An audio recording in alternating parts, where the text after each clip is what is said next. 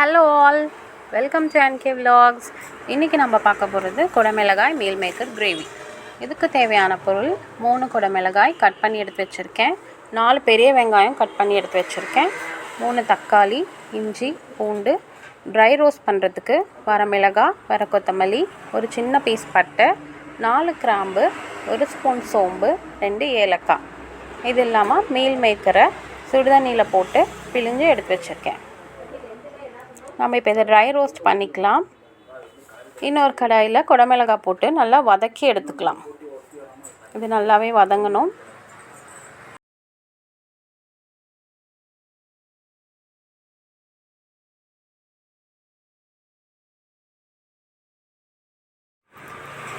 இப்போ ட்ரை ரோஸ்டான ஸ்பைசஸை வேறு பிளேட்டுக்கு மாற்றிக்கலாம். மாற்றிட்டு குடமிளகாய் வதங்கிட்டுருக்கு. வதங்கிறதுக்குள்ளே 3 தக்காளியை நல்லா பேஸ்ட் பண்ணி எடுத்துக்கலாம்.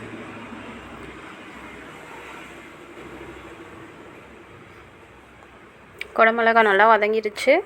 இப்போ அதே கடாயில் எண்ணெய் ஊற்றி கடுகு சீரகம் மட்டும் தாளித்து வெங்காயத்தை போட்டு வதக்கிட்டு இப்போ பேஸ்ட் பண்ணி வச்சுருக்க தக்காளி, ட்ரை ரோஸ்ட் மசாலா இதெல்லாம் ஒன்று ஒன்றா ஆட் பண்ணிக்கலாம். குடமிளகாய் இப்படி தான் இருக்கும் வதங்கினதுக்கப்புறம். இப்போ வெங்காயம் பாதி வதங்கினோடனே தக்காளி ஆட் பண்ணிக்கலாம். இதை நல்லா மிக்ஸ் பண்ணிவிட்டு மீல் மேக்கர் இதில் ஆட் பண்ணிக்கலாம். மீல் மேக்கர் சுடுதண்ணியில் போட்டு ஒரு கொதி விட்டு நல்லா பிழிஞ்சு கட் பண்ணி எடுத்து வச்சுருக்கேன். இதை ஆட் பண்ணிவிட்டு இது கூடயே நம்ம அரைச்சி வச்சுருக்க ட்ரை ரோஸ்ட் பேஸ்ட்டையும் ஆட் பண்ணிவிட்டு இதுக்கு தேவையான மஞ்சள் தூள், மிளகாய் தூள், கல் உப்பு சேர்த்து நல்லா கிளறிக்கலாம். முடிஞ்ச வரைக்கும் குக்கிங்க்கு கல் உப்பு யூஸ் பண்ணுறது ரொம்ப நல்லது. தூள் உப்பு மேக்ஸிமம் அவாய்ட் பண்ணிடுங்க. இப்போ இந்த மசாலாஸ் பேஸ்டெல்லாம் போட்டு நல்லா கிளறிட்டு பச்சை வாசம் போகிற வரைக்கும் நல்லா கொதிக்க விடணும். நல்லா கொதிச்சதுக்கு அப்புறமேட்டு தான் நம்ம கடைசியாக குடமிளகா ஆட் பண்ண போகிறோம். இதுக்கு தேவையான தண்ணியும் ஊற்றிக்கலாம். தண்ணி ஊற்றி நல்லா கொதிக்க விடலாம்.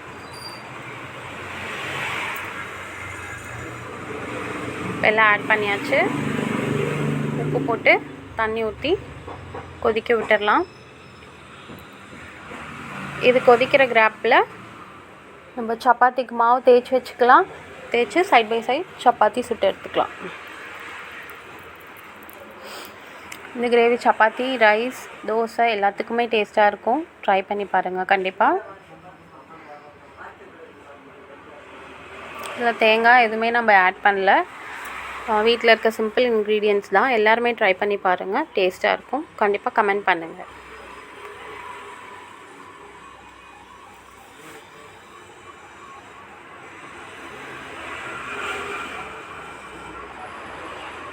இப்படி ஒரு மிக்ஸ் கொடுத்துட்டு இதுக்கு தேவையான தண்ணி ஊற்றிக்கலாம்.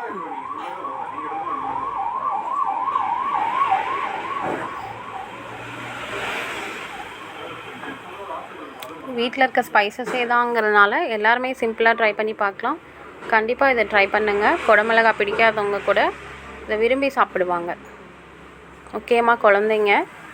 ஏன்னா குடமிளகாவில் நிறைய சத்துக்கள் இருக்குது, நமக்கு தெரியும். முக்கியமாக கண் பார்வைக்கு ரொம்ப நல்லது. இப்போ இருக்க கிட்ஸ்லாம் நிறைய ஃபோன் யூஸ் பண்ணுறாங்க இல்லைங்களா? அதே மாதிரி நம்ம குக்கிங்கில் இதை பேலன்ஸ் பண்ணிக்கணும் ஃபுட்டில். இப்போ சப்பாத்திக்கு மாவு தேய்ச்சிக்கலாம்.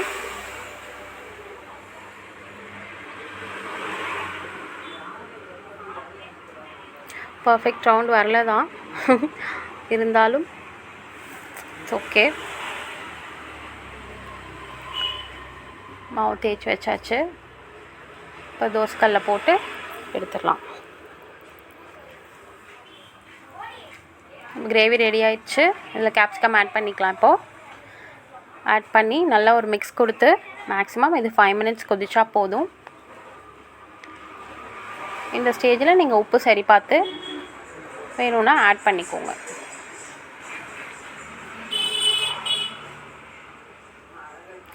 அவ்வளோதான், நம்ம chapati and capsicum gravy ready.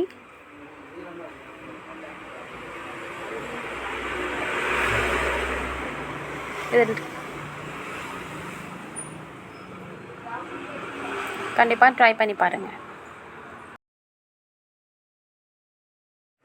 நம்ம சேனல் புதுசாக பார்க்குறவங்க சப்ஸ்கிரைப் பண்ணி பெல் பட்டன் ப்ரெஸ் பண்ணிக்கோங்க. தேங்க்ஸ் ஃபார் வாட்சிங். நான் இன்னொரு வீடியோவில் உங்களை